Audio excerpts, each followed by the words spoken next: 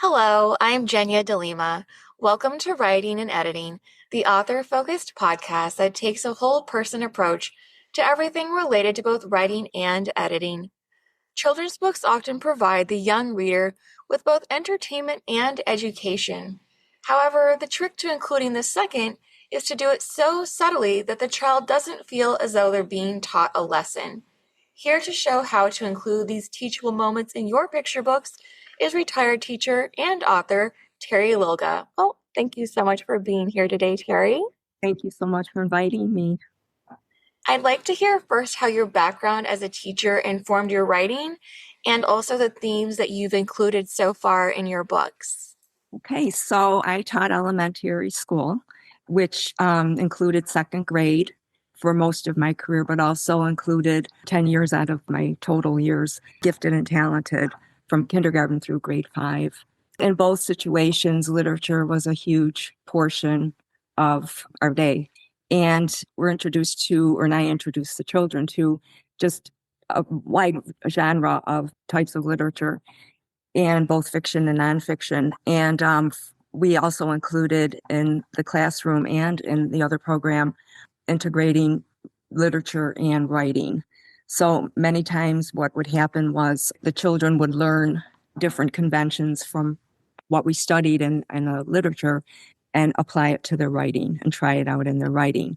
In the gifted and talented program, literature informed projects. So we would do a lot more nonfiction in that program, but we would take what we had learned from sharing literature and then applying it to developing projects. So in that also, I was learning so much about different styles of how authors wrote, the characters they developed, the obstacles the characters would face, and how they would go about solving those obstacles, which led to many conversations with the kids and discussions. So in both those ways, it informed me as not only a teacher, but as an author. Yeah, I can easily see that. Well, as you were teaching all these years and observing all these different children, were there ever areas of social emotional development that you saw your students struggling with? Absolutely. As a teacher, I always, from the get-go, felt that the social emotional component, even before it was really a term, was just part of teaching. I approach teaching holistically as well. I felt that you're not just teaching a brain, you're teaching a child's emotions and their feelings and how to handle their emotions and feelings in different situations that come up. That's where another thing I loved about the whole literature part of it is that the children were learning from the characters as well. And I would focus discussions on the characters and, how did they handle a problem when it came up. Another thing about the characters is the children, they can identify a lot of times with the characters' emotions. And then that helps them to understand their own emotions better. Mm-hmm. And did you see that there were a lot of books that covered these types of themes, or did you ever feel like there were gaps? I felt like I brought a lot to that. They weren't directly addressed. I would have the discussions frame around those kind of focuses, where we would talk about the characters and what would you have done in that situation? And do you think they made the right choice? How do you think they felt? That kind of thing. I think now there's probably books that more directly address that with the intent of teaching kids that. Yeah. But in my experience, it was more like it was what you brought to the situation that you were discussing and what the kids' feedback was. And then you would take it from there. And just for those listeners who might not be fully aware of the definition, how would you define social emotional development or even the themes? Maybe even an example from one of your own books on the theme that you've used. Okay, so in my Santa Simon book, one of the main themes is kindness and courage. Simon is falsely accused of ruining Christmas, basically. And it really hurts him a lot because he's so well respected and his friends don't give him the benefit of the doubt at all. They just assume that because someone accused him of it, that he did it. So that's a big focus, and stepping up even when you're not, when you are falsely accused or it isn't your fault with something, that you have the courage to set things right. And that's what he does. So then in the Hubbard in the Cupboard book, one of the themes is critical and creative problem solving. That's like the huge theme. So how do you use critical and creative problem solving? What is it? And how do you use it Mm-hmm. to, again, address a problem and solve it? What sort of differences did you see in your students when you were teaching books with these kinds of themes and messages? So if you looked at how they behaved or approached something before versus after. They were more self-aware. Again, it was, and it built confidence in them. If they made a choice that wasn't appropriate, I didn't approach it as in a punitive type of a way. It was Right. more of a discussion. It was, what other choice could you have made? And have them own responsibility for that. So that's part of social emotional development as well, as being able to say, okay, I made a mistake, and to also realize that it's okay. You made a mistake, you move on. But let's see how we can do better, going forward. And did you ever see clear connections between changes in behavior or maybe a worldview that they had developed after reading one of these books and discussing it? Yeah, I think so. The thing is, they would sometimes offer that, like, oh, that's something we read about. Or Oh, I yeah. remember such and such a character had that problem too. And, Mhm. so they made those connections to their self and, to our environment in the classroom. Mhm. Well, I'd like to hear next about your writing process and also your insights into creating these types of stories. So, Okay. first, do you start with a theme or does this make itself apparent as you're writing? It more, it makes itself apparent as I'm writing. I get ideas anywhere, I jot them down as I get them and just, see whether they develop into anything. I've always been a writer since I've been a child. And as time went on, that was like my favorite thing to do. I just love to write. It didn't really start to basically gel into something until I was a young adult. And when I started teaching, with all the literature I was exposed to and was diving deep into, I was starting to think, geez, I could do this. I could write this. I would love to, and why not? So I started developing Santa Simon and worked on it for a while. And then I would jot down ideas for other books. But I realized too that I wasn't probably going to go professional or try professional until I retired. I was all in. I'm with teaching, and that's how I am. I'm all in with something. I loved my career. I adored it, but it was very time consuming and, it took a lot of energy. So writing was kind of a hobby at that point, a part-time thing. And then when I retired, I thought, why not? Now I have the time. Now I can have the focus all about writing. So that's how Yeah. I went with that. Well, But as you, oh, go ahead. basically, I call it, when I get an idea and I want to develop it, I let it incubate. Then I kind of frame it out on how I want it to go. But it does morph. It does just kind of have a life of its own once I get started.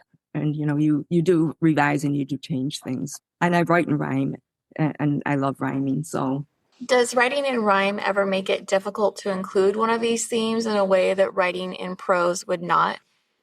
writing and rhyme, it might seem like it's a simple thing to do, but it really is not, especially if you want all of your words to be meaningful and significant. Yes. In my opinion, you can't just put a word in there because it rhymes, Nope. and complete your, page or whatever. I think rhyme is the vehicle through which I tell my story. But again, the themes are the storyline themselves. Oh, yes. Like Yeah. and there's a Hubbard in my cupboard. The boy and his dog have a very peculiar problem they have to solve. So what my themes are is what do they try and does it work? And then what do they do next? And how do they communicate? We talked about both of us having pets, our dogs. Yes. Um, and you know that you communicate very well with them, even though they can't talk. Hmm. But it's kind of an interesting subject to discuss with kids. Well, how did they know, how to collaborate? How did they know what to do next? So in that respect, the problem solving is the theme.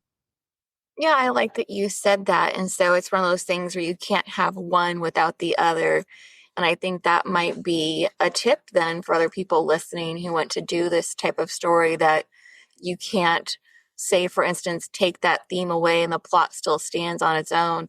They know they need to be so intertwined that one is necessary for the other. Right. And one of the other things is my illustrator, who is the same for both books, she did a fantastic job of just connecting with my vision was and bringing some of her own vision into the story. Her Yeah, illustrations are so detailed and they're so lively and colorful, and they tell a lot of the story as well. They yeah, support everything I want to say and the themes that I want to. exactly. Let's talk about that too. So, how do you think about the illustrations as you're writing, or maybe as you're revising? I have like a picture in my mind of like what the characters will look like. And then, she does a draft and she'll Mhm. send it to me and then, ask me what do I think? And I have to say in Santa Simon, Simon was actually spot on. Santa was actually spot on. The other characters were a little bit different than I expected, but I really liked them. I thought, yeah, she tweaked it in a way that I wouldn't have thought of. Mm. And then the snow dragon too. He's beautiful. He's very mischievous, but the way she has him, it's just like that. He projects innocence, but he is not innocent. He's mischievous. That's another theme, excuse me, in the book is that Snow Dragon is able to change, and that's Ah, he's able to change. He goes from being very mischievous, and he's the one actually that ruined Christmas or tried to ruin Christmas.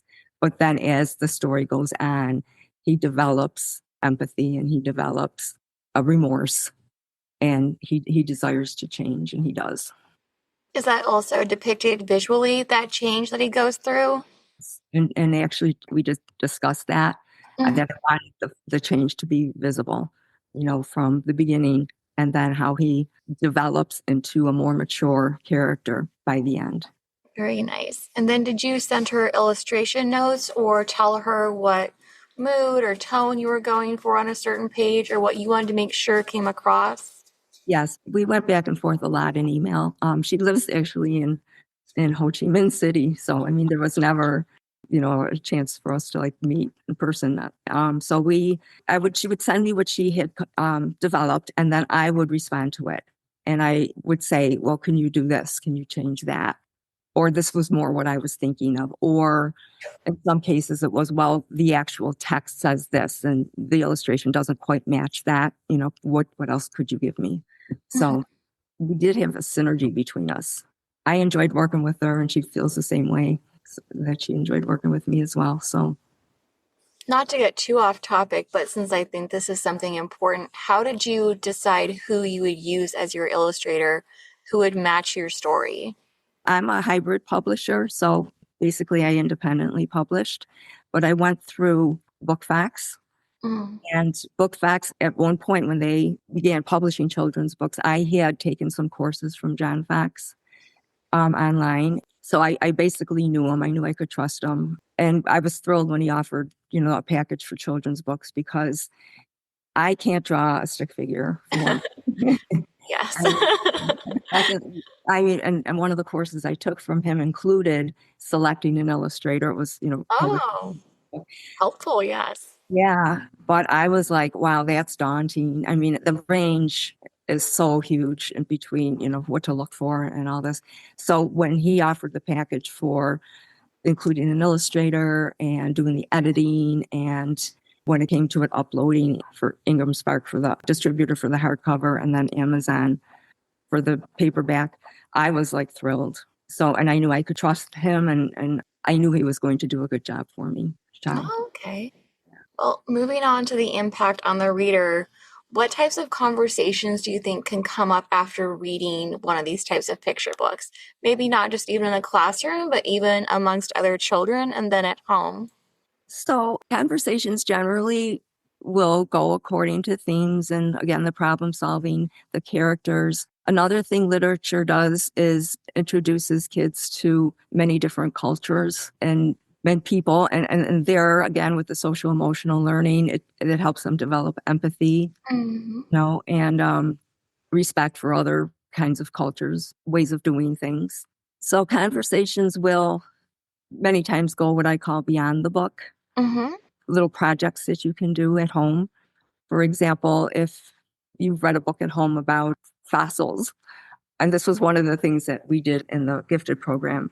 You could develop a project where the kids make a little fossil dig using different materials at home, just get in a box. And with the project that we did in the gifted program, we actually had like a presentation where parents came in and other classrooms came in. And so kids were encouraged to use whatever materials they could find at home, and they would use, as far as the actual thing they were digging through, the material, they use like little foam peanut things.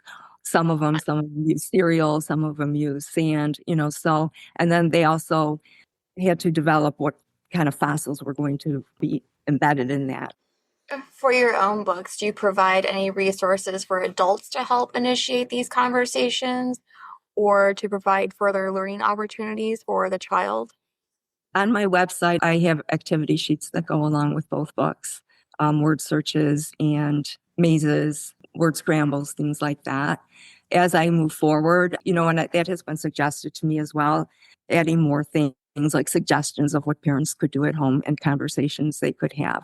And if I do publish any further books, it's also been suggested to include some of that kind of stuff right in the book. Okay. And then when you're receiving feedback, how does it differ when it's from adults versus when it's from children? A lot of times the kids will surprise me with what they have picked up on, or what they'll give me a different viewpoint than something I might have even thought of. From the parents, it's just wonderful when they tell me that their child wants to hear the story, if they're reading the story to them over and over and over again. I get a lot of feedback about the rhyming. Like, people really love the rhyming. So that makes me feel good, because I know that, again, it's not the easiest thing to do, easiest way to write, but it's well worth it. Mm-hmm.